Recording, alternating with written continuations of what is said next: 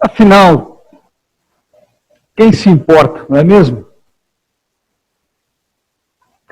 Essa semana, numa pequena cidade no interior da Alemanha, cidade pequena, tamanho de Perdões, um homem foi encontrado morto no seu apartamento depois de 8 anos que ele estava morto.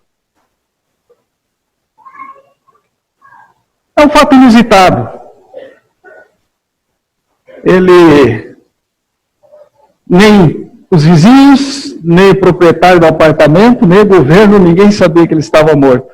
Todo mês pingava na sua conta a sua aposentadoria, e da sua conta saiu o pagamento do aluguel, então estava tudo bem. É um fato inusitado, é um fato singular, excepcional, mas me parece que reflete, de certa forma, uma tendência do nosso mundo pós-moderno. Essa tendência, esta ideia e este caminho que nós temos adotado para a privatização das nossas vidas. Eu cuido de mim mesmo, você se vira, a vida é sua, faça com ela o que você bem quiser, eu não tenho nada a ver com você, você não tem nada a ver comigo.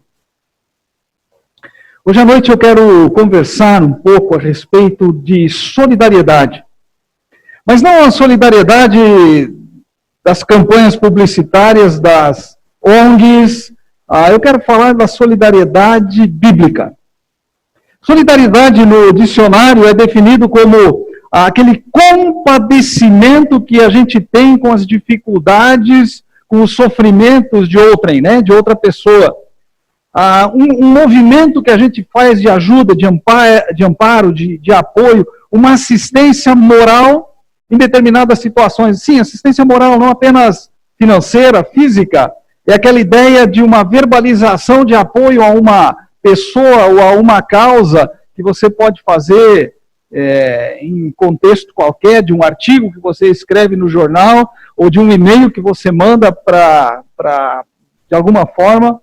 Você pode, eventualmente, se solidarizar também através de doação financeira. Eu confesso para vocês que eu fico muito impressionado e tocado cada vez que eu vejo aquela longa propaganda que tem da Organização Médicos Sem Fronteiras, mostrando toda aquela tragédia, toda aquela dificuldade nos países da África, especialmente. Sim, é uma forma de solidariedade também. A oração pode ser uma forma de solidariedade. O importante é nós sabermos que se você é solidário, e quando você é solidário, você se importa e age. Você se importa e faz alguma coisa. Na Bíblia existe um conceito amplo, que tem muitas aplicações, muitas derivações, mas nesse conceito bíblico a solidariedade se encaixa.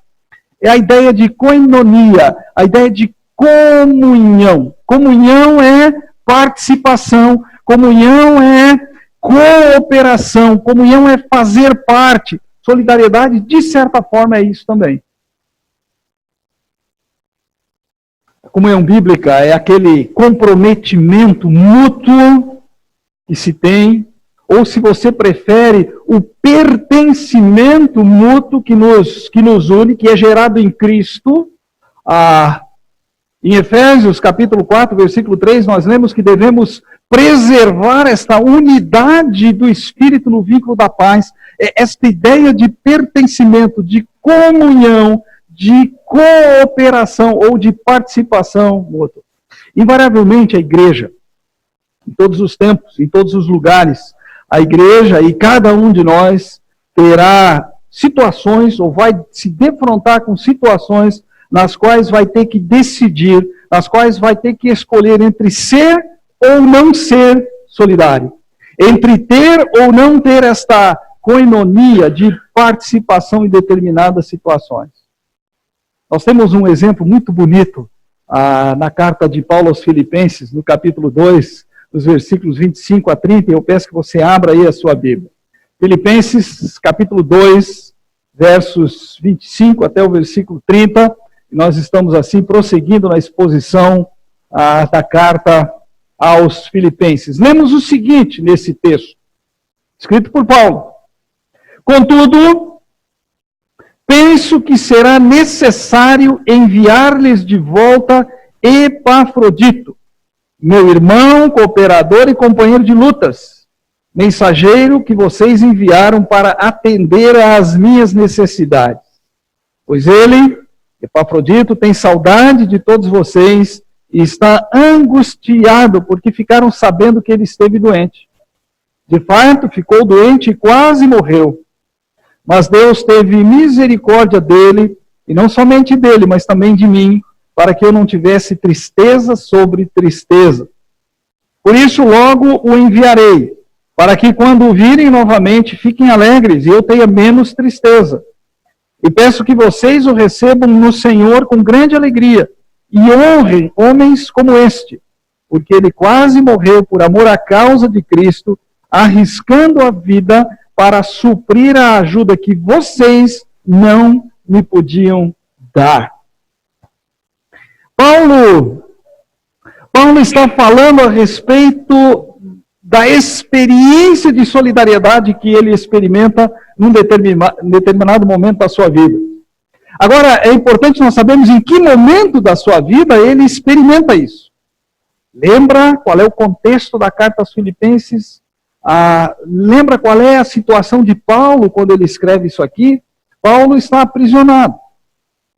Paulo está experimentando uma retenção, ele provavelmente, não sabemos se ele escreve de Cesareia, se ele escreve de Roma, as situações são um pouquinho diferentes, mas uma coisa é certa, ele está com os seus movimentos limitados, ele está aprisionado com todas as resultantes de alguém que está na prisão, ou de que alguém que está preso. Solidão,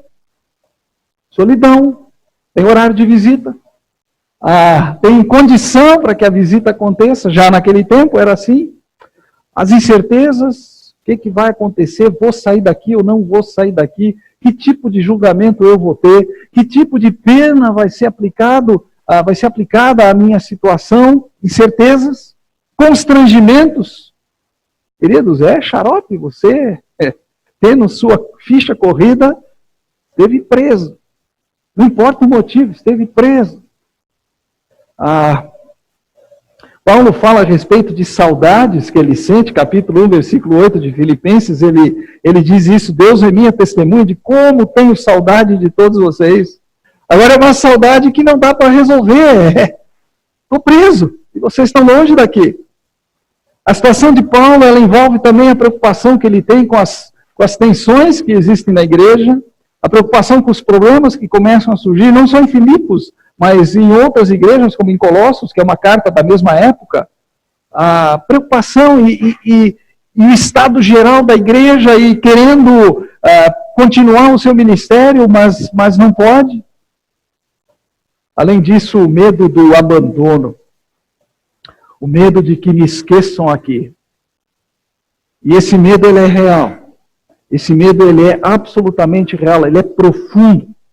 No capítulo 2, versículo 30, ele diz assim, que Epafrodito quase morreu por causa de Cristo, arriscando a vida para suprir a ajuda que vocês não me podiam dar. Ele não podia esperar que a igreja dos Filipenses ou qualquer outra igreja resolvesse a situação dele. E o temor de que me esqueçam. O tempo vai passando, eu não dou notícias, eu não mando informações, eu não mando uma carta, ninguém vem para cá, eu não tenho como sair daqui, eu vou ficar para sempre nesse canto aqui. Essa é a situação. E para os filipenses e para a igreja dos filipenses, ou a igreja lá em Filipos, a situação também ela era uma situação complexa. Havia distância entre Filipos e Cesareia ou Roma, não importa onde Paulo estava preso aí a essa altura, mas havia uma distância a ser percorrida, era longe, exigia recursos financeiros, recursos humanos, era difícil. A impotência da igreja diante de um aprisionamento por autoridades romanas, o que um filipenses podia fazer diante do sistema penal e do sistema prisional dos romanos? Havia a própria incapacidade de resolver o problema. Porém, o caso é o seguinte, a situação exige que se faça alguma coisa, ou que não se faça nada. É aqui que entra uma igreja e um irmão que se importam e que entram em ação. Uma igreja, sim, que se importa, e um irmão que se importa. E ambos, porque se importam, eles agem, eles entram em ação. Pense um pouco na igreja. A igreja dos Filipenses, ela mostrou a sua solidariedade nesse momento, a sua coinonia nesse momento, por meio de atos bem práticos. Atos bem práticos. Em primeiro lugar, enviou Epafrodito. Versículo 25 diz isso. Espero no Senhor Jesus enviar-lhes, ou melhor, contudo penso que será necessário enviar-lhes de volta Epafrodito, meu irmão, cooperador, companheiros de luta, mensageiros que vocês enviaram para atender às minhas necessidades. Eles enviaram alguém, eles tomaram uma iniciativa. É interessante que nesse versículo 25, Epafrodito ele é chamado de apóstolo, mensageiro. A palavra aí é apóstolo. Não naquele sentido dos apóstolos que tinham a mensagem do evangelho, mas aqui ele tinha uma incumbência. Ele é encarregado de uma tarefa especial, de uma tarefa específica. Ele está representando uma comunidade cristã, uma igreja local, para atender, para suprir determinadas necessidades. Ele fala isso, Paulo, para atender às minhas necessidades. Financeiras, possivelmente. Porque no capítulo 4, versículo 18, leia comigo aí, em Filipenses 4,18, recebi tudo, e o que tenho é mais que suficiente. Estou amplamente suprido, agora que recebi de Epafrodito os donativos que vocês enviaram. São uma oferta de aroma suave, um sacrifício aceitável e agradável a Deus. É muito provável que tenha sido uma oferta financeira, mas pode ter sido mais do que uma oferta financeira. Donativos. Quais eram as necessidades de Paulo? Quem está preso, o Estado sustenta, certo? Mas existem ainda assim necessidades que têm que ser supridas, que têm que ser atendidas. Companhia. Companhia. Afeto. O afeto, o carinho demonstrado talvez por um abraço, por um aperto de mão, por um olhar, por um sentar-se ao lado. Isso faz parte também, isso também é um donativo. Solidariedade. Agora, quem era Epafrodito? Só sabemos que ele era de Filipos. Ele era proveniente lá da cidade, ele era parte da igreja lá. Não sabemos nada sobre a função que ele exercia na igreja, não sabemos a idade, não sabemos seu estado civil, não sabemos qual é o seu grau de instrução, não sabemos nada sobre sua profissão, a sua formação. O certo é que esse homem, ele estava disponível, e ele estava disposto. E a igreja o envia para suprir uma necessidade que estava longe, muito longe de Filipos. Muito longe de Filipos. A igreja se solidariza e age também na medida em que ela supriu necessidades, como diz aí o versículo 25. O capítulo 4, versículo 18, nos instrui, nos ensina de que esta igreja, ela mandou donativos, ofertas para Paulo, não uma nem duas vezes, várias vezes. É interessante, uma igreja que tem esse coração solidário, ela se preocupa, ela vai tentar saber as necessidades, e uma vez que ela conhece as necessidades, ela busca atender essas necessidades. É interessante que quando Paulo escreve a sua segunda carta aos Coríntios, e ele fala a respeito de uma coleta que está sendo levantada em favor dos pobres da Judéia, dos irmãos da Judéia que estão sofrendo perseguições e carências, tudo mais, ele fala a respeito das igrejas da Macedônia que já tinham se mobilizado e estavam enviando ofertas. Macedônia, onde está Filipos. Eles eram solidários com Paulo nessa hora em que Paulo tinha necessidades, e várias vezes eles foram solidários com Paulo, mas eles também foram solidários, tudo indica, com aqueles irmãos que eles nem conheciam, lá da Judéia, judeus provavelmente convertidos a Cristo, uma igreja que supriu necessidades. Agora, irmãos, deixe-me ser muito claro num ponto aqui. O dinheiro, a oferta financeira, por si só, ela pode ser boa, necessária, mas ela também pode ser inútil. Eu diria até que pode ser até um gesto vil, dependendo das motivações com que isto é encaminhado. O gesto dos filipenses, ele teve um significado muito mais profundo do que apenas pingar um dinheiro na conta.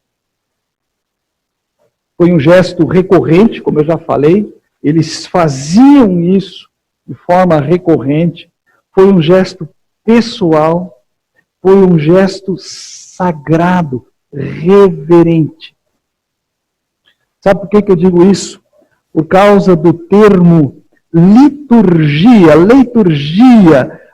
que é empregado aqui para se referir a Epafrodito como aquele que atende às necessidades. É algo santo.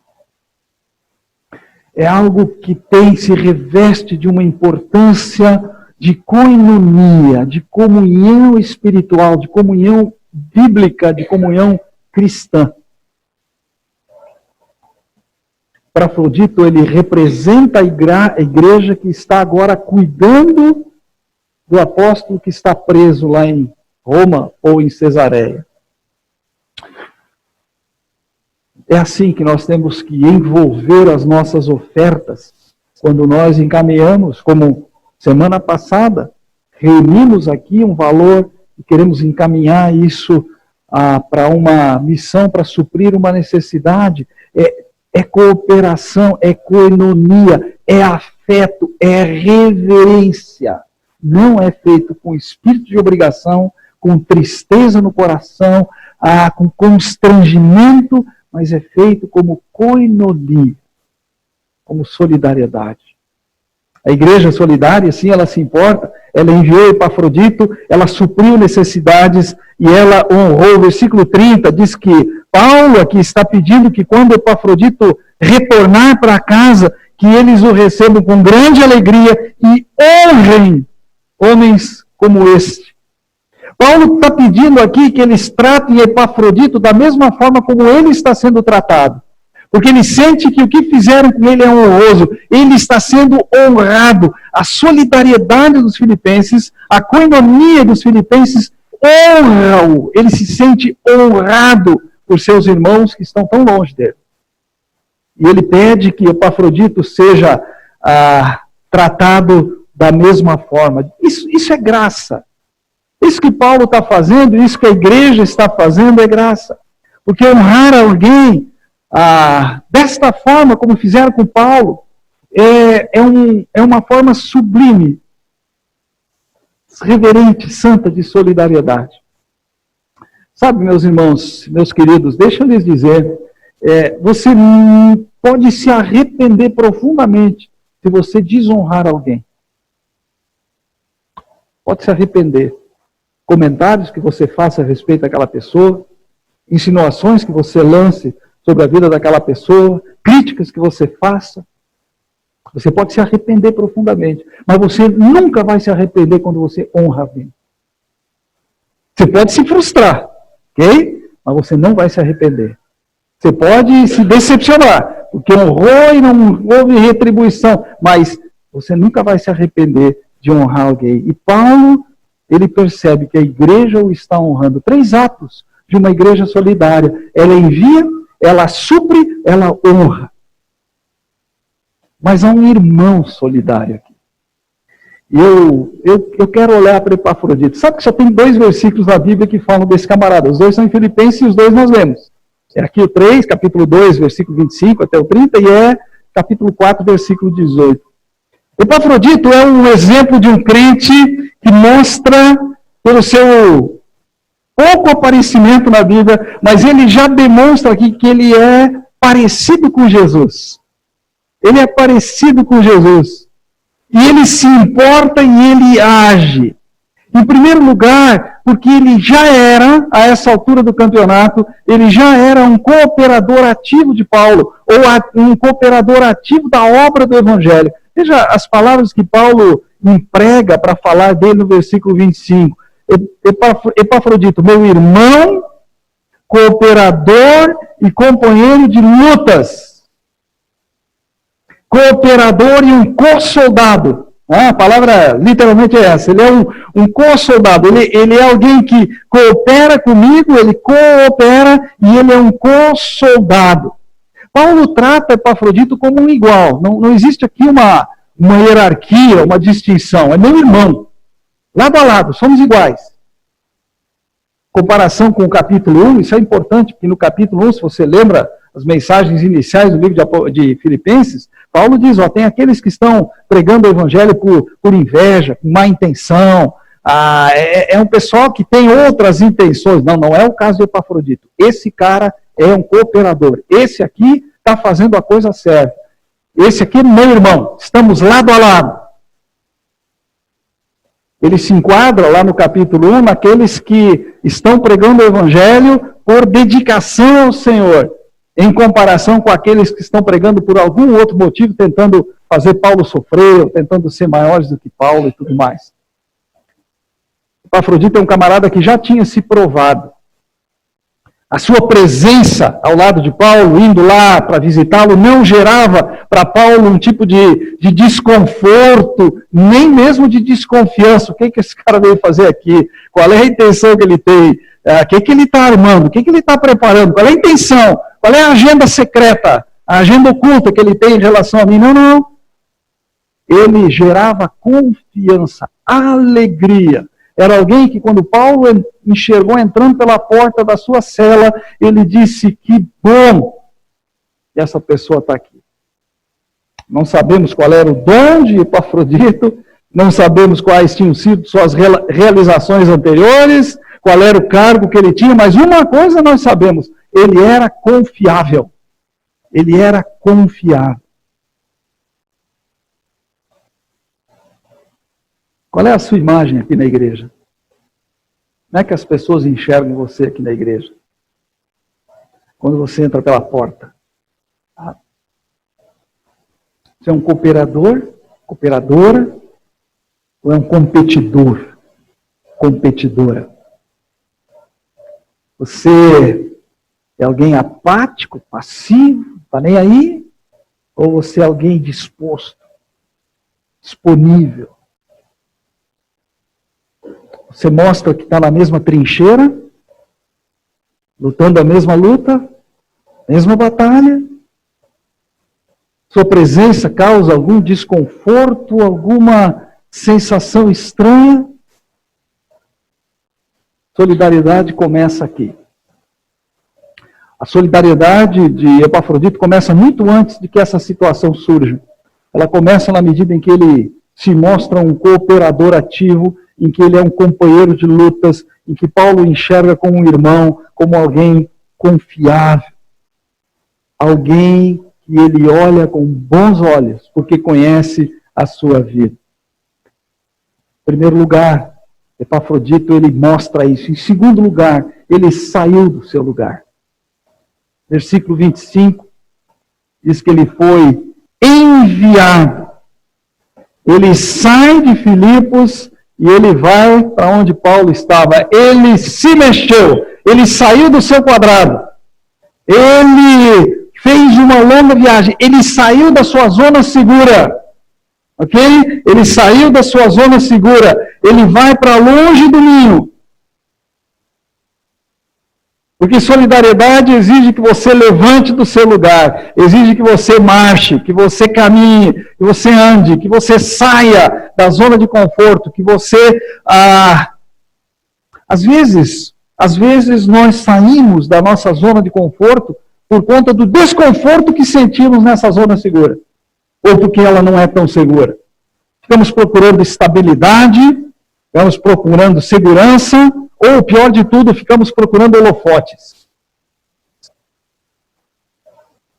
Eu recebi um livro de um casal de amigos, e eles eles sugerem que eu me conheça um pouco melhor. E eu estou lendo esse livro tentando me identificar no meio daquelas várias formas de personalidade e tudo mais. E eu tenho notado algumas coisas a meu próprio respeito. Sabe que eu posso confidenciar isso para vocês? Vocês prometem? Não. Eu tenho uma tendência muito forte da rotina. Eu preciso de uma certa rotina, interessante, eu ter horário, ter algumas coisas assim. Eu procuro sempre a condição de maior segurança. Eu prefiro ficar no conhecido do que me arriscar no desconhecido. Sair é arriscado para mim. E pior, sair é desconfortável para mim. Eu não tinha percebido isso de forma tão clara, até que eu comecei a me deparar com algumas perguntas que o livro vai fazendo, que o autor vai fazendo, e vai te encurralando para que você se dê conta de algumas coisas. E quando eu penso em Epafrodito, isso me desafia profundamente, porque Epafrodito foi um cara que saiu do seu lugar, ele se mexeu, ele se tocou. Ele pegou o trem e foi adiante. E ele se arrisca, nós vamos ver isso logo em seguida, ele mostra que o irmão que se importa sai do seu lugar confortável e se junta a quem está desconfortável. E nesse momento, Epafrodito estava numa situação confortável, na igreja que ele conhecia, na casa da mamãe, sei lá, estava na sua casa, estava no seu canto, estava na sua rotina, tudo no seu lugar. Mas tem alguém lá que está desconfortável, que está constrangido, que está triste, que está com saudade, que está com necessidades, que não sabe o que vai ser da sua vida. E ele sai do seu lugar e vai ao encontro de alguém que está desconfortável. Afrodito, sim, ele é parecido com Jesus. Jesus saiu do seu lugar seguro. E veio a este mundo que nós vivemos por nossa causa, por causa dos epafroditos e dos nem tão epafroditos, como nós já cantamos e como nós já ouvimos aqui hoje. Jesus saiu do seu lugar confortável, deixou a glória, deixou a habitação celestial e fez servo. Epafrodito mostra esta característica de ser parecido com o Senhor Jesus.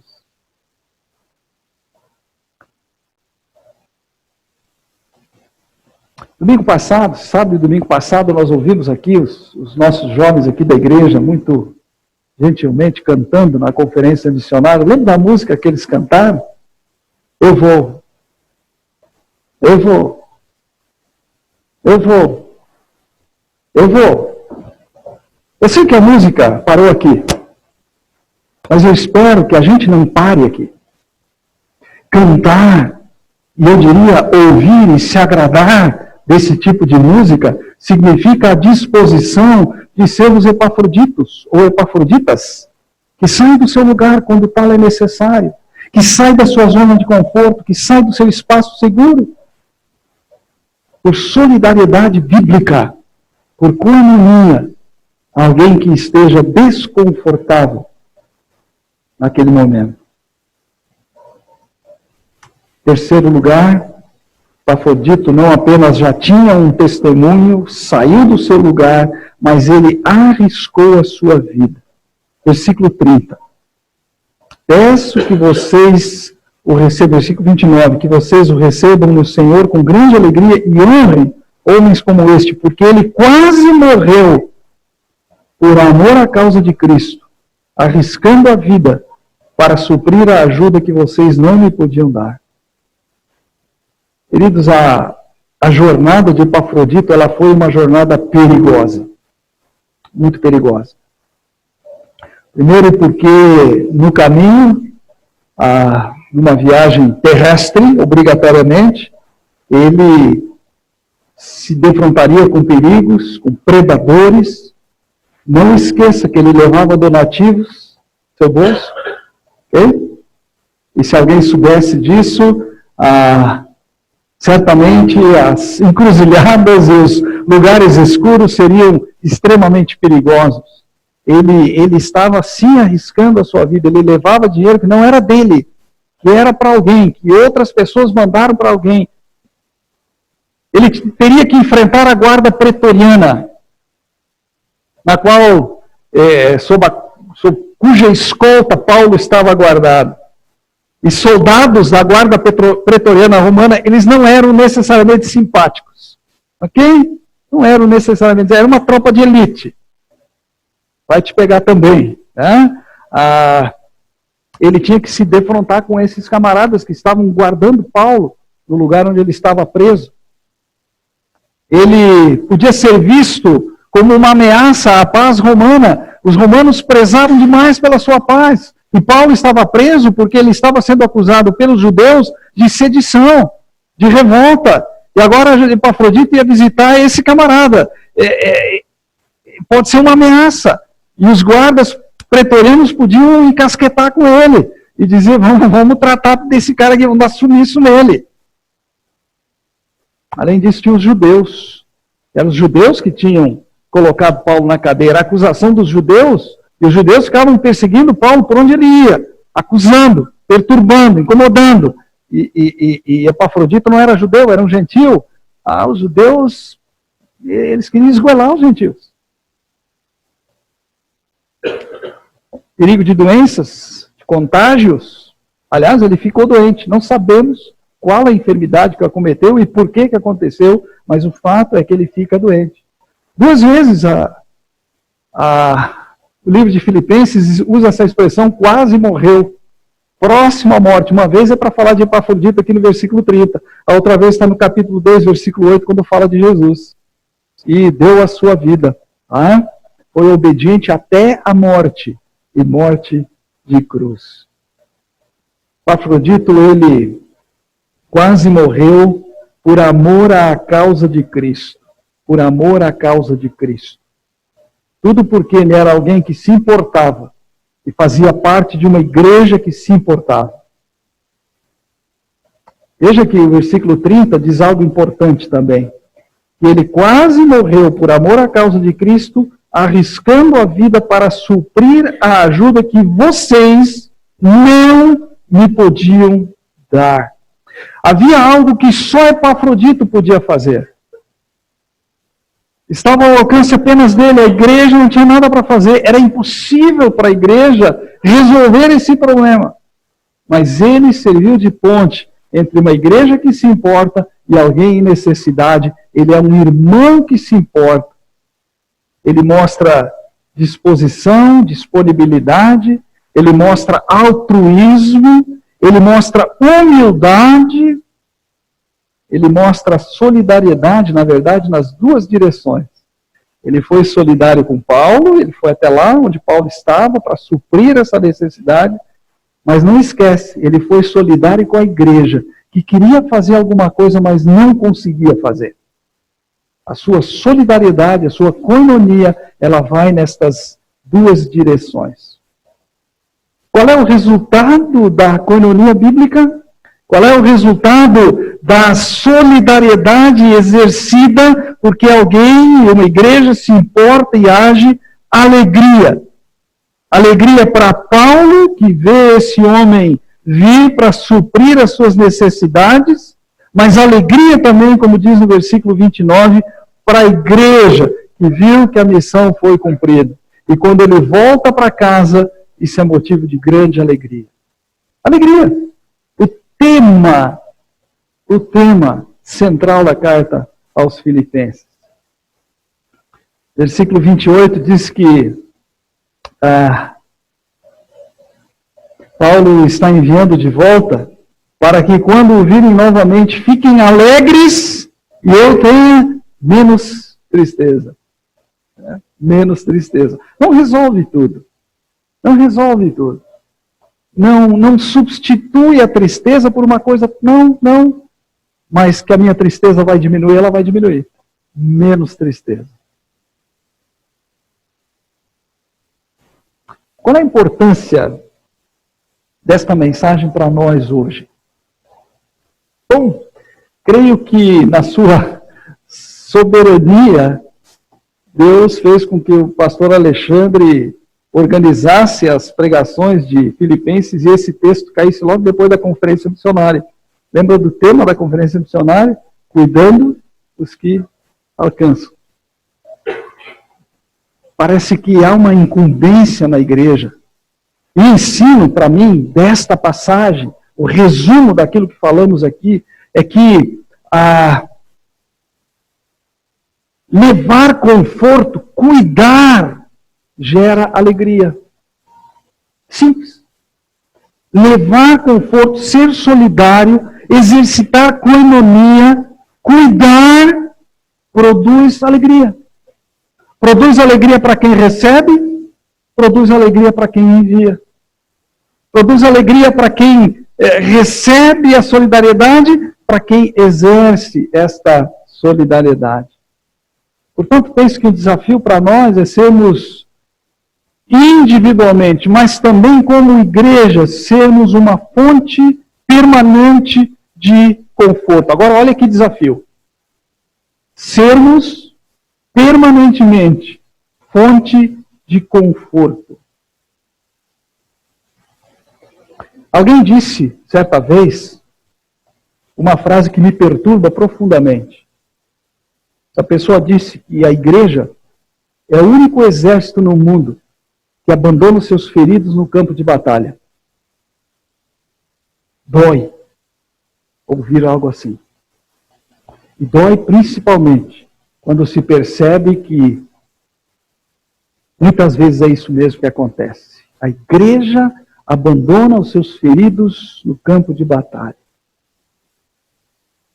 Lembrando da parábola que Jesus contou a respeito do bom samaritano, eu penso que muitas vezes, e eu olho para a minha vida, muitas vezes nós nos enquadramos como aqueles que passam ao largo do homem que está jogado na estrada machucado. Nós não nos importamos. E porque não nos importamos, nós não agimos. Quero desafiar-nos, a você e a mim. Esta semana, começa hoje, primeiro dia da semana, esta semana, descubra alguém que está sofrendo e mostre solidariedade. Leve conforto. Descubra. E talvez aí do seu lado, na frente, atrás de você, tem alguém que está sofrendo. Você não sabe porque talvez a pessoa nem expressou isso, mas descubra alguém que está sofrendo.